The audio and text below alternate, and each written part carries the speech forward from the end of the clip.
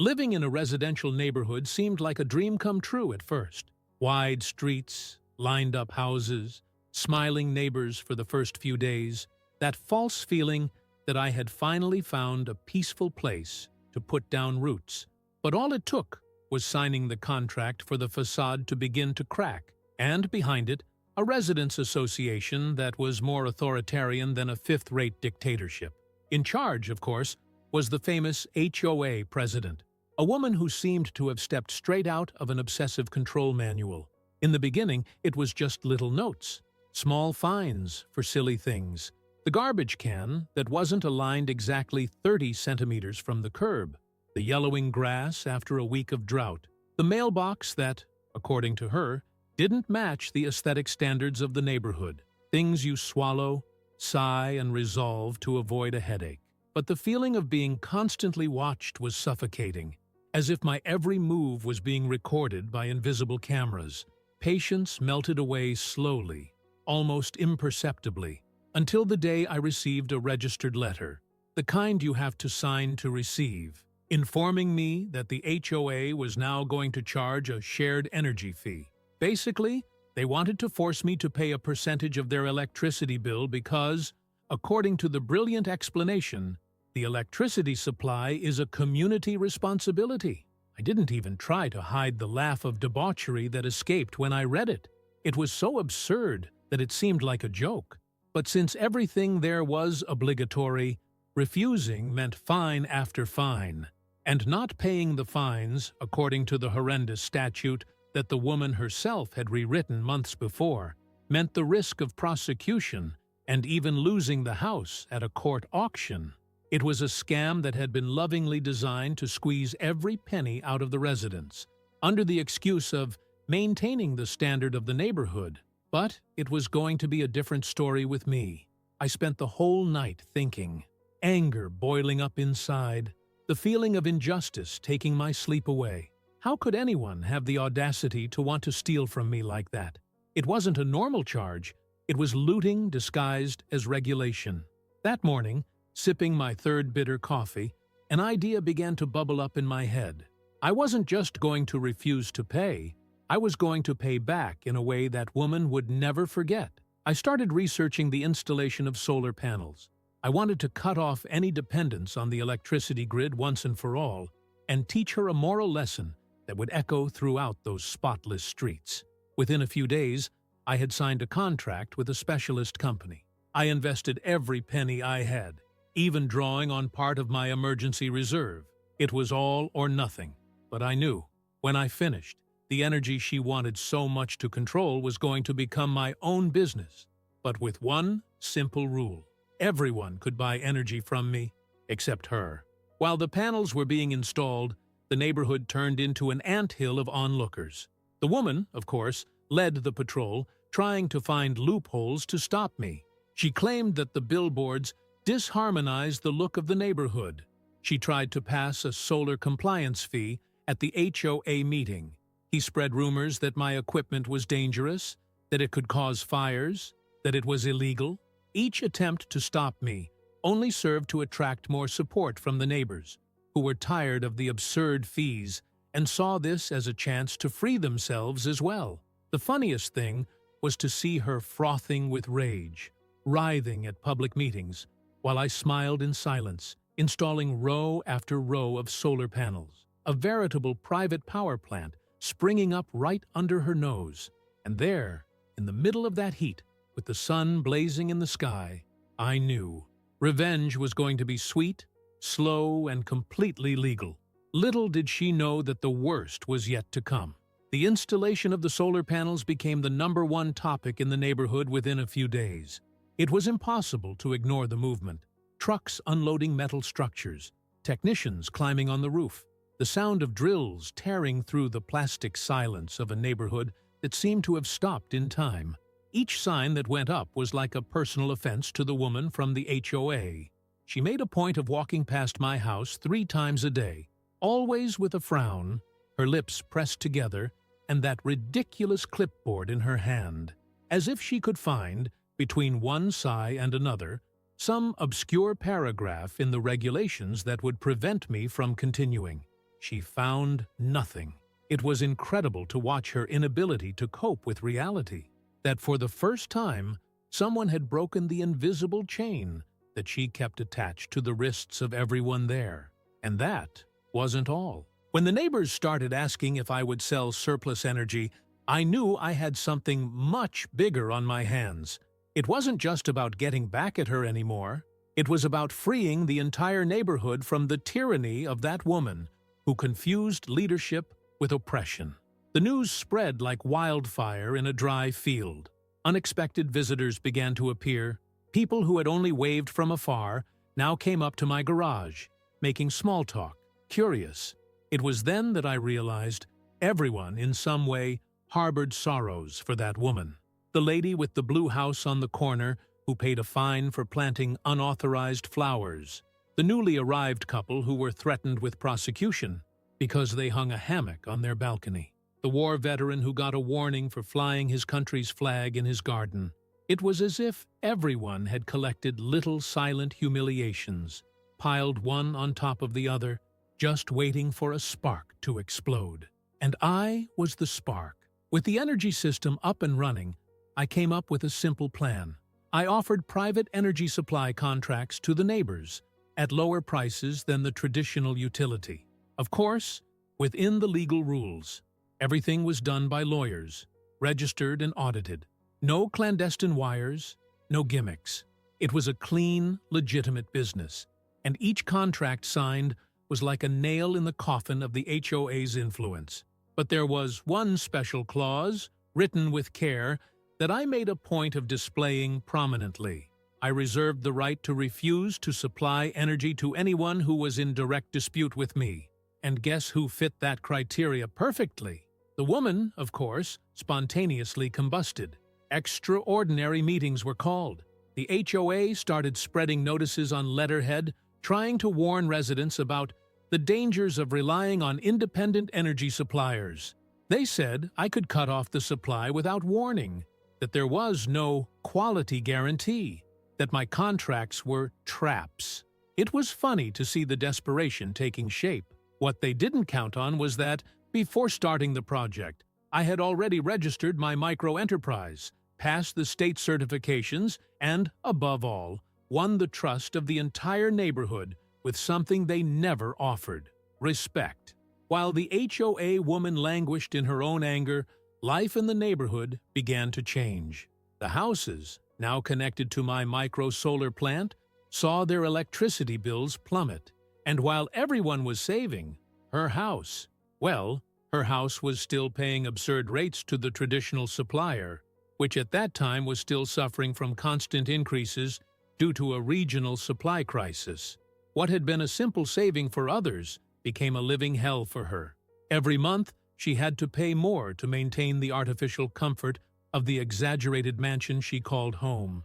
To make matters worse, the neighbors, without any subtlety, began to comment in the square, in the grocery store, in the church, about how good the new energy was. And always, someone looked sideways at her during the conversations, knowing full well that she was the only one excluded from the party. The irony was delicious. The president of the HOA, who had always bragged about maintaining the standard of the neighborhood, was now the only resident outside the new standard. More expensive, more outdated, more dependent. With every electricity bill that arrived, she probably felt the blow hit again, as if the paper were a punch in the stomach. And the best part, all she could do was watch. There was no infraction to report, no regulation to manipulate. It was the law of the market working against her, cold and ruthless.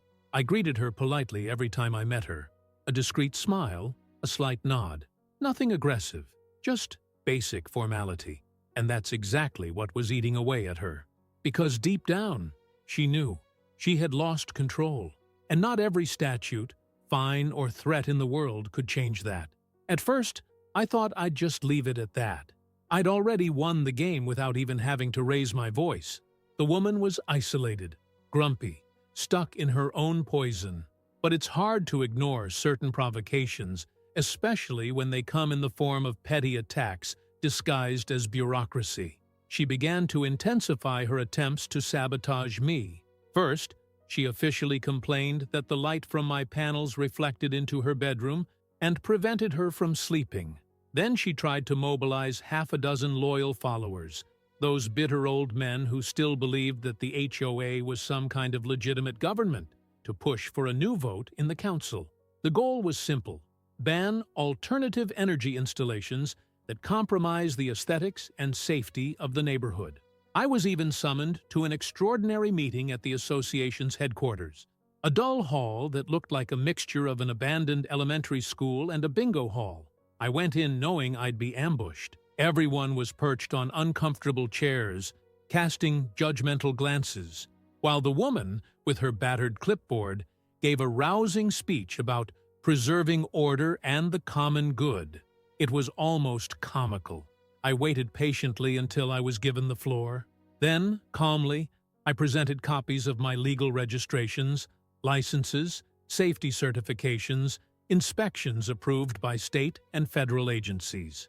It was like putting each sheet of paper together like a domino, pushing them one by one until they knocked down the wall of nonsense accusations they were trying to build.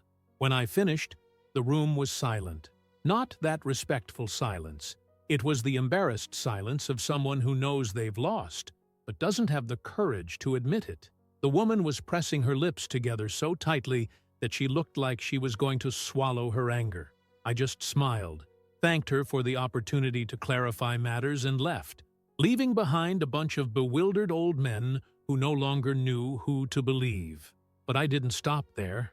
It was after that pathetic meeting that I decided to create a project that would bury any attempt at revenge against me once and for all. An official neighborhood solar cooperative, with the help of some lawyer friends, who, by the way, were having a lot of fun with the situation. I drew up the documents to found the cooperative.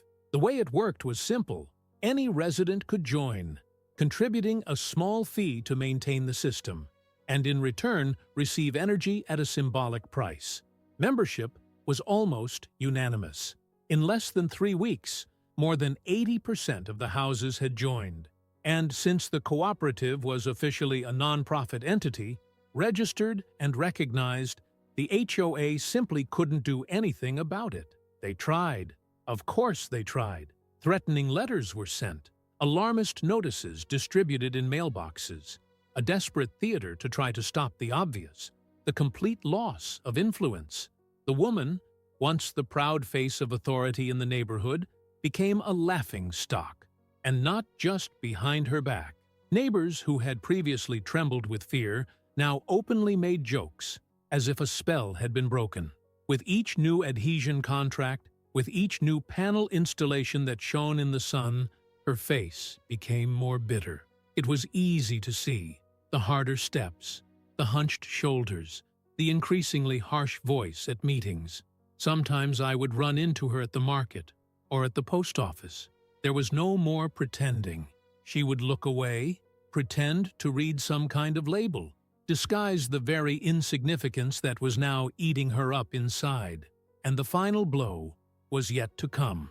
Shortly after the cooperative was set up, an opportunity arose. A local investor, interested in the neighborhood's solar potential, approached me offering to expand the project. The idea was to turn the small residential plant into a pilot project for other neighborhoods in the city. Something pioneering, innovative, and, for the HOA woman, simply intolerable. We closed the deal, and with the investment money, I was able to finance new installations in homes that previously couldn't afford the panels. More families joined, more homes disconnected from the traditional grid. And in the midst of this little solar empire, there she was, the only isolated figure, unplugged, paying higher and higher bills, and watching helplessly as everything else evolved. Life in the neighborhood, after all this, seemed to have found a new natural order. HOA meetings, once full of pomp and veiled threats, were now nothing more than empty, almost melancholy gatherings, where half a dozen stubborn people got together to pretend they still had some kind of power.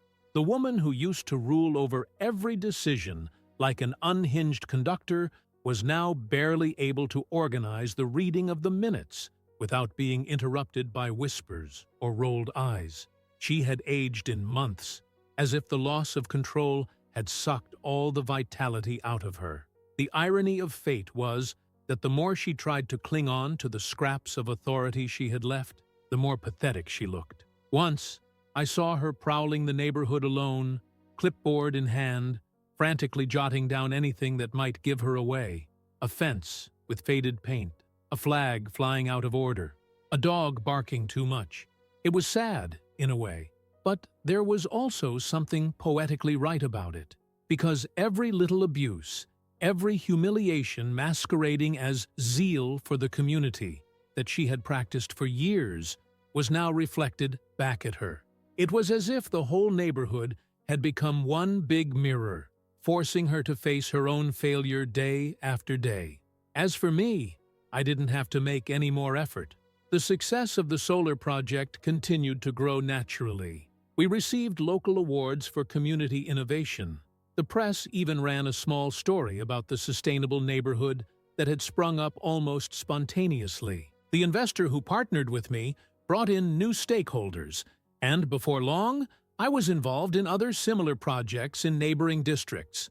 Without meaning to, I ended up becoming a reference in the city. Someone who had done something that seemed impossible, turned silent revolt into concrete action. Of course, she tried until her last breath to sabotage everything. She filed a formal complaint with the town hall, claiming that the energy system was irregular and chaotic. She hired private inspectors to try to find fault with the installations.